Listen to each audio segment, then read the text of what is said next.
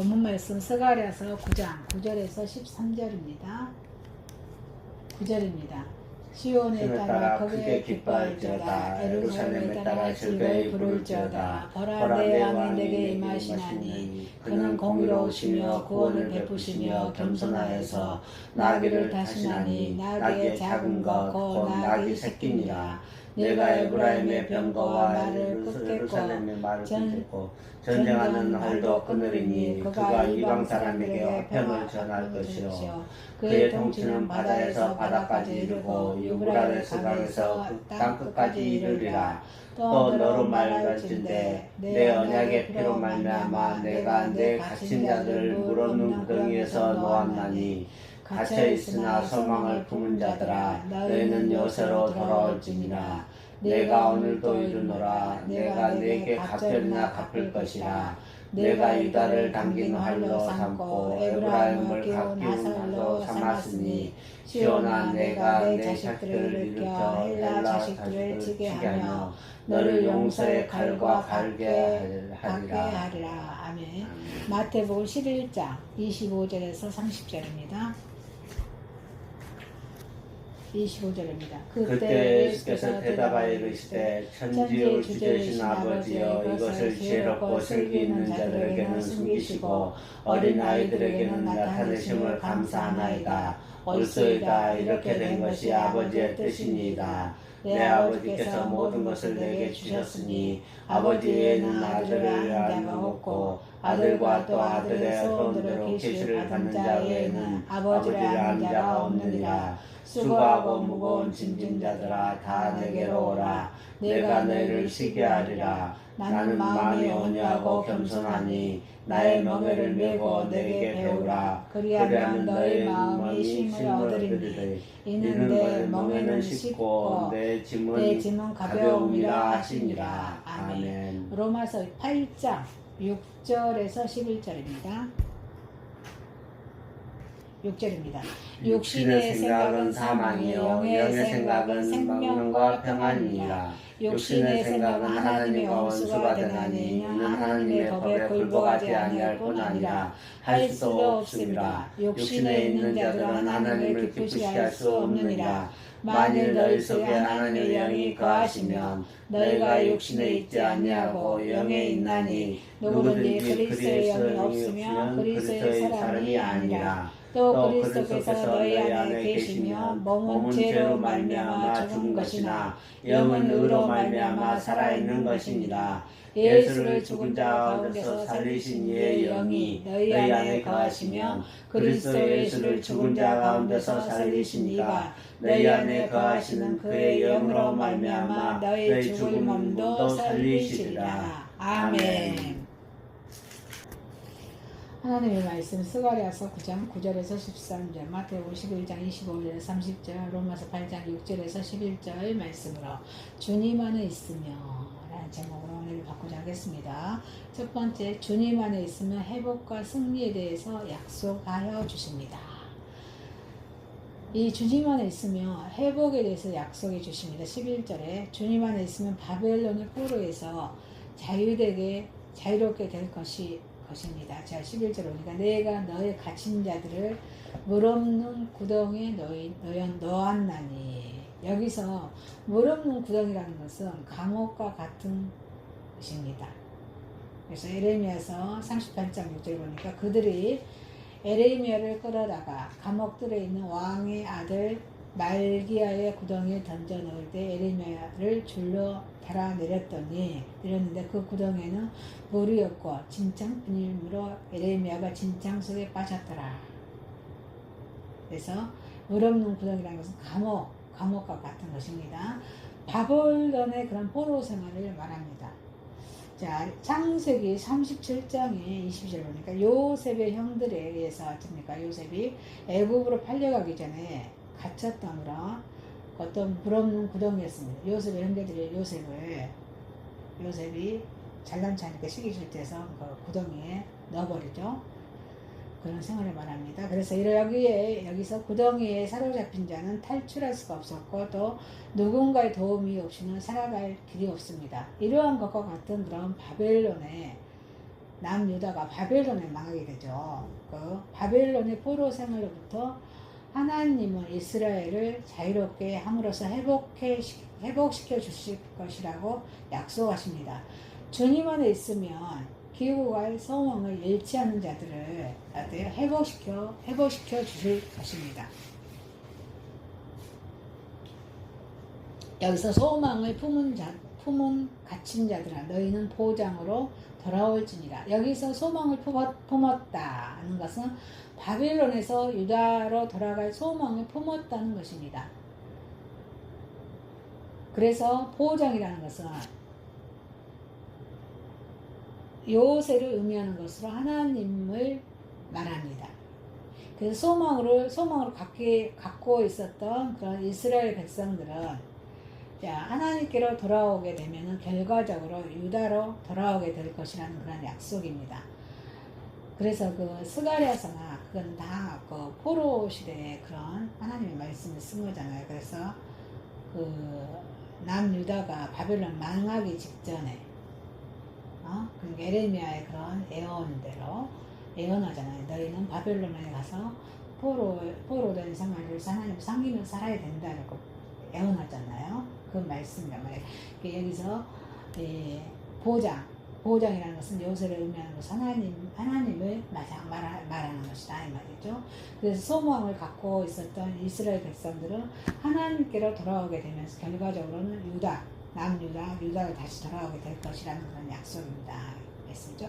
구원을 계획하신 하나님께서는 당신에 대한 굳은 의지를 가진 자들에게 반드시 상급으로 보장하신다고 말씀하십니다. 히브리서 11장이죠. 믿음장이죠. 믿음이 없이는 하나님을 기쁘시게 하지 못하나니 하나님께로 나아가는 자는 반드시 그가 계신 것과 또한 그가 자기를 찾는 자들에게 상 주시는 이심을 믿어야 할지니라 말씀하십니다.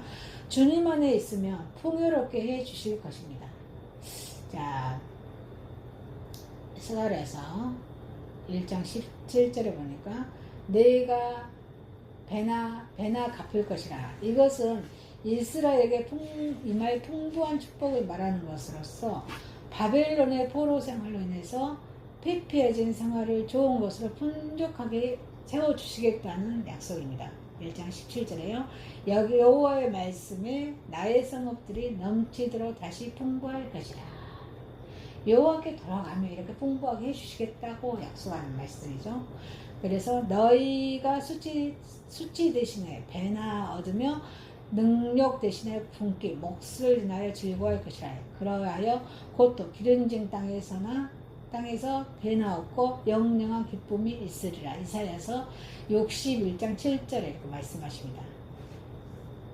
그리고 또 주님 안에 있으면 회복할 이유입니다. 자, 너희 말할진대 내 언약의 피를 인하여. 자, 이 말씀이 하나님께서 이스라엘을 회복시키신다는 그런 이유는 하나님께서 이스라엘과 맺은 피의 언약이 있었기 때문입니다. 그래서 일찍이 구원을 계획하신 하나님께서는 아브라함을 고향 땅에서 인도에 내셔서 땅을 기업으로 주시겠다는 약속의 표징으로 제사를 지내게 하셨습니다. 그래서 제사를 하나님과 이스라엘 백성 사이에 놔대 언약을 맺게 됩니다. 이게 헷불 언약이죠. 창세기 15장 7절에서 9절의 말씀이죠. 헷불 언약입니다. 또 그에게 이르시되 나는 이 땅을 내게 주어 소유를 삼게 하려고 너를 갈대아인의 우르에서 이끌어낸 여호와이라. 그가 이르되 주 여호와여 내가 이 땅을 소유를 받게 된 것을 무엇으로 알리이까? 여호와께서 그에게 이르시되 나를 위하여 3년 된 암소와 3년 된 그런 암염소와 3년 된 순양과 산비둘기와 집비둘기 새끼를 가져올지라. 이 피의 언약은 출애굽한 이스라엘의 백성에게 모세를 통하여 더 확인되었습니다. 출애굽기 24장 8절에 자, 모세가 그 피를 가지고 백성에게 뿌리매 이르되 이는 여호와께서 그 모든 말씀에 대하여 세우신 언약의 피니라 말씀하십니다. 그리고 예수 그리스도의 십자가의 죽음으로 이 언약은 어때요? 완성됐어요. 구원이 완성되었다는 말씀입니다. 예수님께서는 마지막 유월절을 보내시면서 제자들과 잔을 나누실 때 이것은 제 사함을 얻게 하려고 많은 사람을 위하여 피 흘린 바 나의 피 곧 언약의 피니라 말씀하셨습니다. 구원을 완성하신 우리 예수님께서는 친히 자기의 몸을 깨뜨려서 당신의 피를 언약의 피로 삼으신 것입니다. 그래서 이 신약, 예수님 오신 이후로 신약시대에 와서는 언약의 피는 메시아를 통해서 예수님을 통해서 완성 성취되었다는 것입니다. 그래서 그리스도의 피를 의지하는 자는 모두 이 하나님의 언약에 동참하는 자로 이스라엘 물없는 구덩이와 같은 바벨론에서 구원받는 것처럼 죄로 인해서 영원한 죽음에서 구원받는 것입니다. 그러므로 보혈은 능력이 되어서 아무 공로 없는 우리의 심판에서 제외시킬 것입니다. 그래서 우리 주님 안에서 또 이스라엘의 그런 승리에 대한 약속입니다. 자, 내가 유다로 당긴 화를 삼고 에브라임으로 먹인 살을 삼았으니 시온아 내가 내 자식을 교통시켜 헬라 자식을 치게 하며 너로 용사의 칼과 같게 하리라. 여기서 하나님은 헬라 사람들에 대한 이스라엘의 승리를 약속해 주신다는 말씀입니다. 여기서 헬라의 지식은 마카비 시대의 그런 안티오코스를 말합니다. 자, 우리가 구약과 신약 사이에 마카비 시대가 있었어요. 마카비가 400년 기간이잖아요. 근데 그 기간 암흑의 시대라 하는데 그래도 그 시대에 예수님을 하나님을 섬기는 종들이 있었죠. 이게 마카비가 굉장히 큰 역할을 합니다. 그래서 여기서 마카비의 시대의 안티오코스를 말합니다. 여기서 마카비는 안티오코스 종교적 박해를 강함이 뚫고 일어나 유다 내의 모든 헬라 세력을 물리쳤습니다. 그래서 이 본문의 하나님의 언약의 역사력으로 그대로 실현될 것입니다. 그래서 하나님은 이처럼 하나님을 아는 백성을 강하고 용맹을 바라게 함으로써 승리하게 하신다고 말씀하십니다. 다니엘서 11장 32절에 그가 또 언약을 배반하고 악행한 자를 성임수로 타락시킬 것이나 오직 자기 하나님을 아는 백성은 강하여 용맹을 떨치리라. 이렇게 말씀하십니다. 여기서 건강한다는 것은 큰 관심 없이 대강 모아서 넘길 만한 것을 건강하지 말아야 할 중요한 사실은 이스라엘이 승리할 수 있었던 것은 하나님이 함께 하셨기 때문입니다. 그래서 그 승리로 우리는 교만하거나 방자하거나 또 방자해서는 안 된다는 점입니다.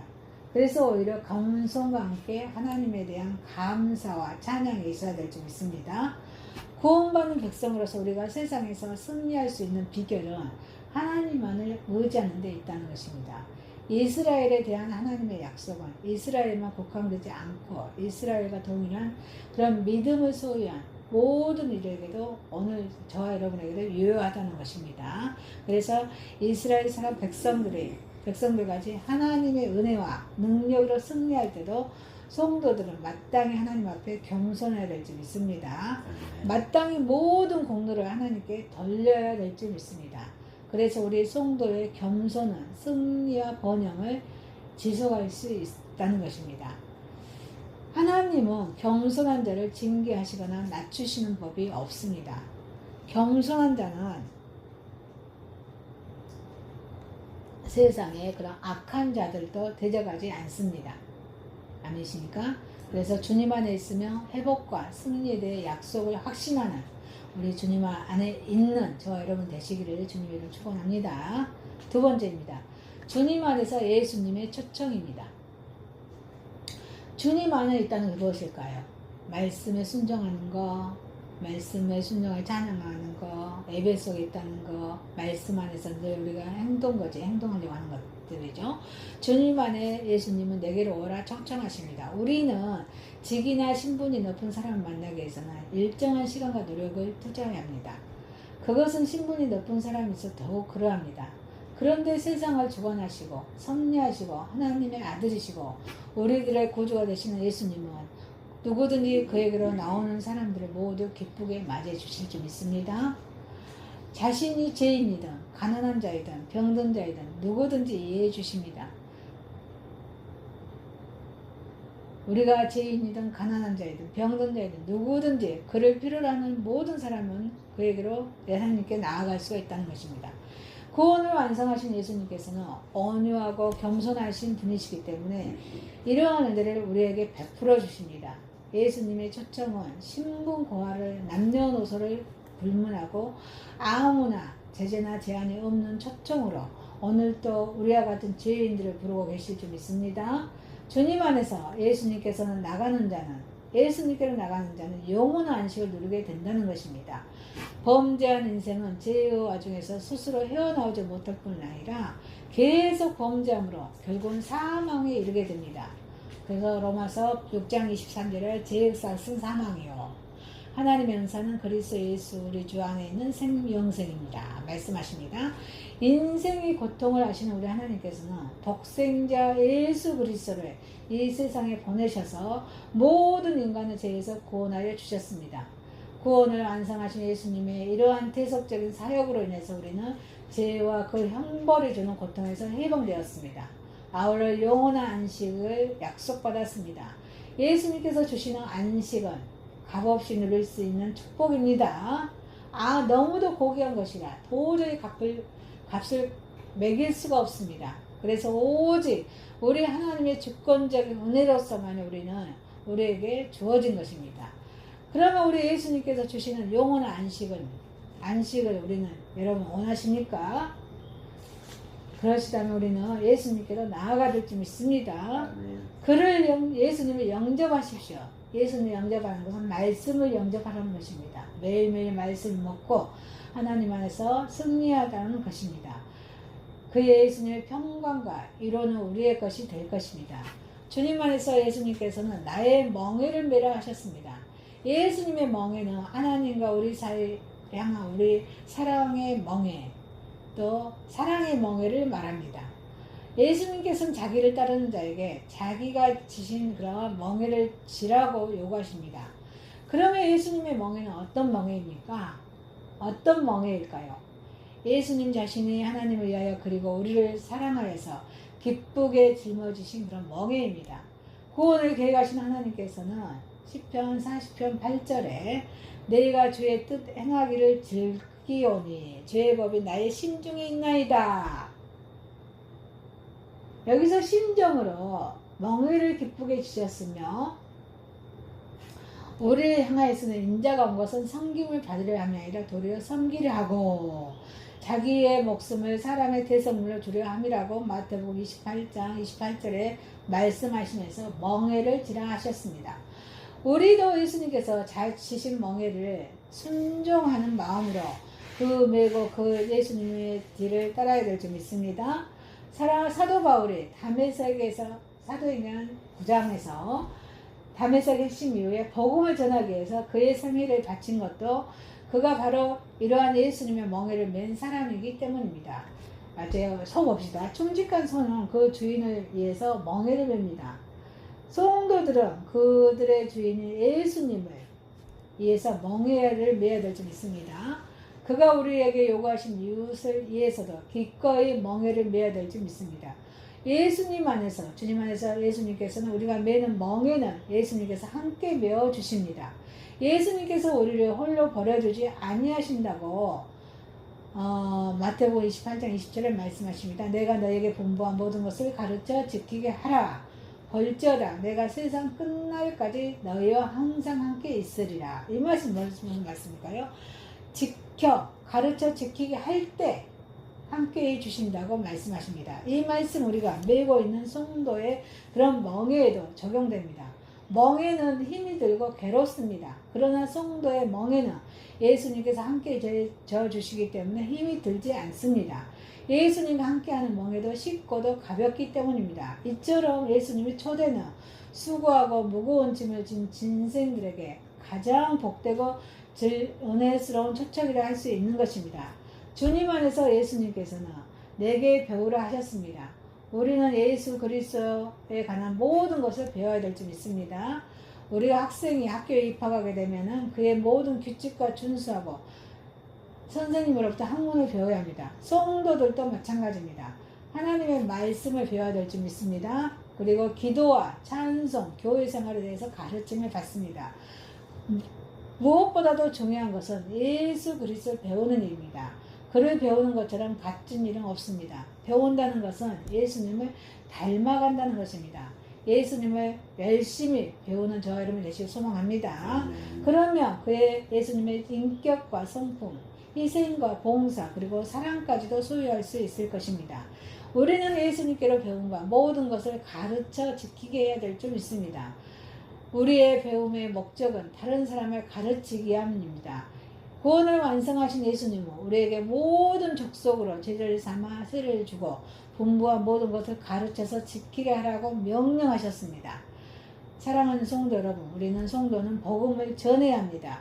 그리고 예수님께 대해서 가르쳐야 합니다. 가는 곳마다 만나는 사람마다 그리스도를 증거하고 배운 바 모든 진리를 빠짐없이 가르쳐서 하나님 나라를 확장하는 데 앞장서는 성도를 되어야 될 줄 믿습니다. 주님 안에서 예수님의 초청에 우리는 늘 응답하는 저와 여러분 되시기를 주님의 이름으로 축원합니다. 세 번째입니다.